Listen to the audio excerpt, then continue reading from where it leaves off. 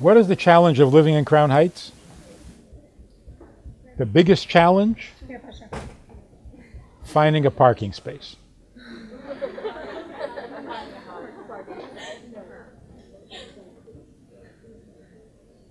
The second biggest challenge is walking up Kingston Avenue without your hat blowing off. The third biggest challenge is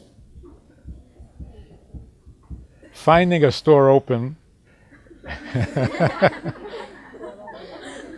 These are challenges.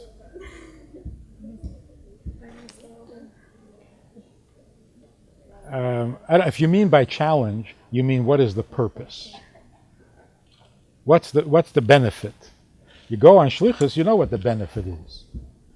You're doing something to spread Yiddishkeit and to spread Chassidus, and you're bringing Mashiach. What is the challenge of living in Crown Heights? There are two things. One is what you're doing now, and the other is what you're preparing for.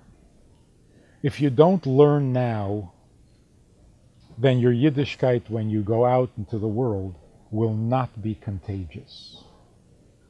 A chassid is somebody whose Yiddishkeit is contagious. That's a chassid, in the most simple words. There are many people who are religious, but their mitzvahs, their Yiddishkeit, is not contagious. Nobody's interested. They say, fine, you're religious, good for you.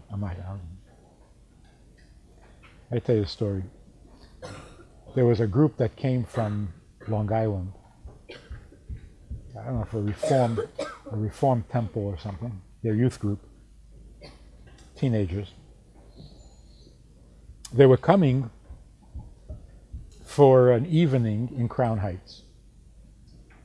And they asked me to speak for them. This is before I was married.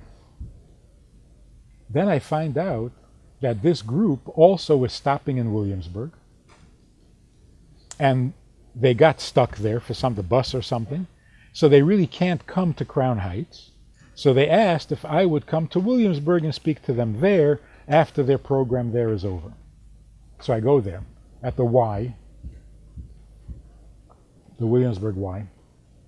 And I come in while their program is still going on, and they have this frum guy speaking to them. It was so embarrassing, I wanted to hide from shame.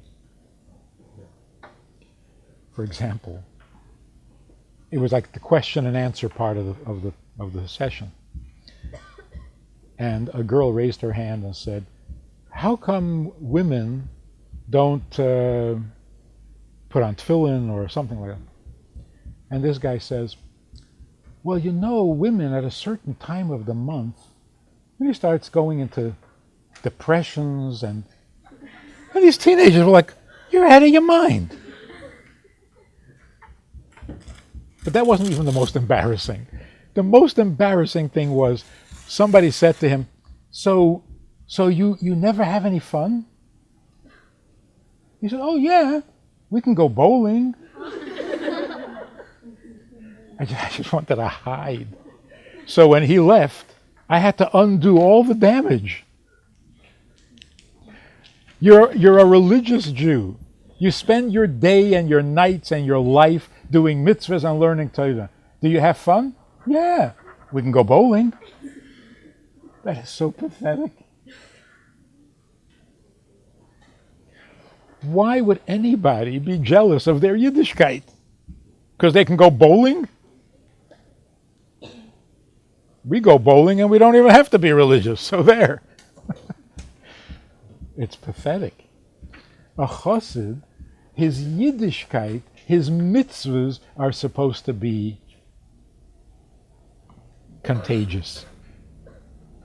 Somebody sees a chassid doing a mitzvah, they want it. They like it. That's a chassid. So do chassidim have fun? Why? Because they can go bowling? Their Yiddishkeit is exciting. They don't have to go bowling. They do when they got nothing better to do. Not that that's the highlight of their week.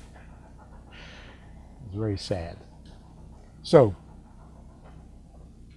what does it mean to be a chassid? To be a chassid means when people see you doing a mitzvah, they want it. Now, how is that going to happen unless you prepare, you learn, you appreciate, and you get to love the things that are holy and edel? If you don't love them, then when you do them, nobody is going to be interested. It won't be contagious. Nobody will be jealous of you for being religious. But if you're a chassid, and this is what happens, I'm sure you've seen it, a non-religious Jew comes into a chassid's house. There are so many things there that he wishes he had. First of all, there are children. You know, when you have 14 children, you get some very strange comments. But over the years, things have changed. I remember when I would tell somebody I have 9 children, and they would say, "Oh, that's too many." I would tell somebody we have 11 children, and they would say, "Can't you figure out how to stop it?" Isn't there some way to...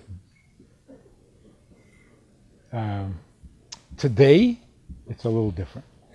Today, if I say to the average non-observant Jew that we have 14 children, they say, "Well, you know, I wouldn't want to have 14, but I wish I had a few more than I have."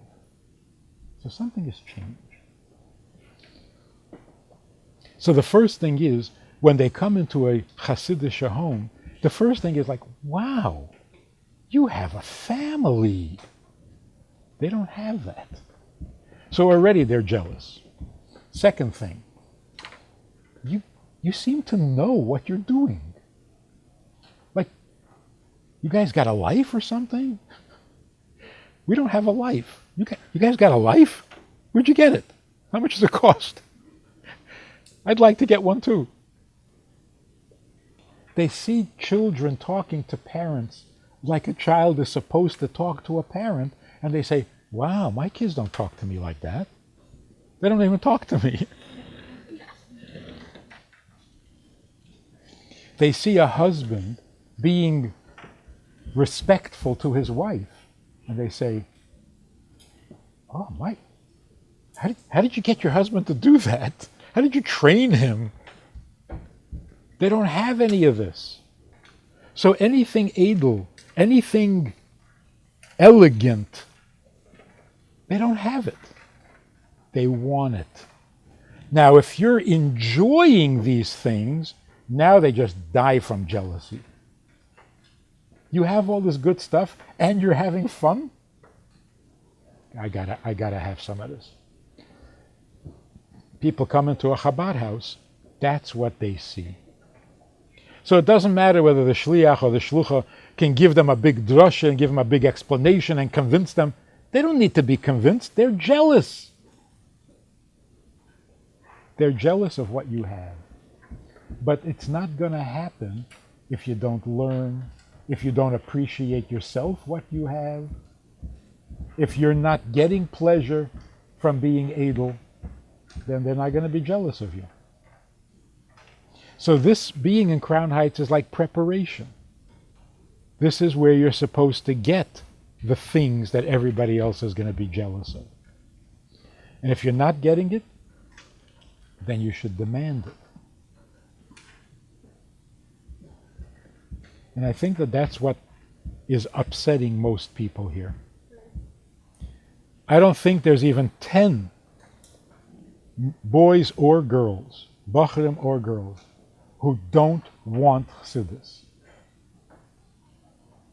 I don't think there's even 10 in this whole community. Most people here who are upset, who are not keeping everything, who are rebelling, it's because they want real Chassidus, not less Chassidus. And when they don't get it, they get upset. What are you giving me here? Half-baked Chassidus? What are you giving me here? Rules and regulations without explaining anything, without showing me the beauty? What are you giving me here? Rules that nobody else would ever be interested in? How am I going to change the world with these rules? So in the back of your mind, I'm sure, when somebody tells you, don't dress like that, button the button, longer skirt, you're thinking, wait a minute, I'm going to go on shlichus one day. What am I going to tell people? To button their button? What are you teaching me here? I think that's what's upsetting people. Yiddishkeit is the purpose of creation. Chassidus is the revelation of emes. And what are you telling me? A button?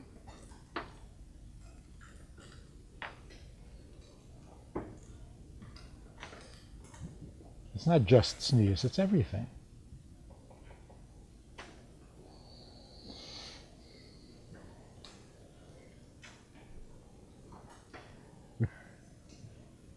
Everybody in yeshiva is told that if you're sitting by the table, don't eat everything you see. What is that called? Iskafia. Iskafia.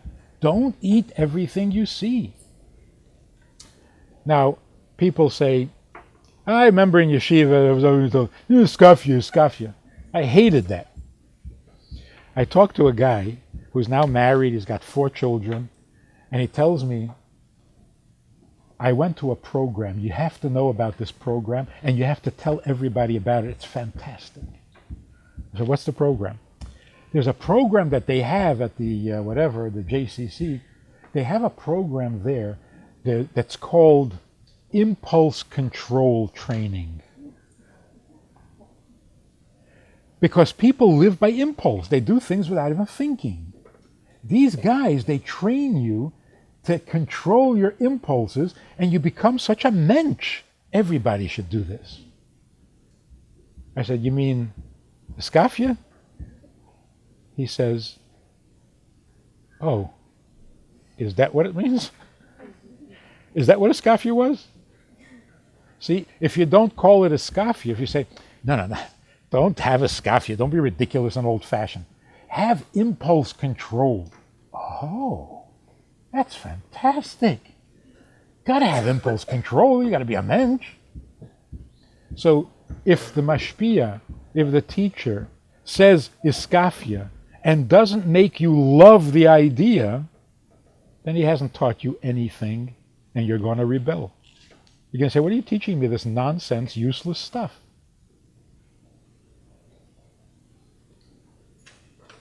So if somebody would simply say, don't eat everything you see. You know why? Because you got to be the balabas. You got to be the master of your own fate, of your own behavior. You say, wow, that sounds good. Skafia? I don't want to have a skafia. Leave me alone. I want to have impulse control. Fine. That's what we mean. That's what it means.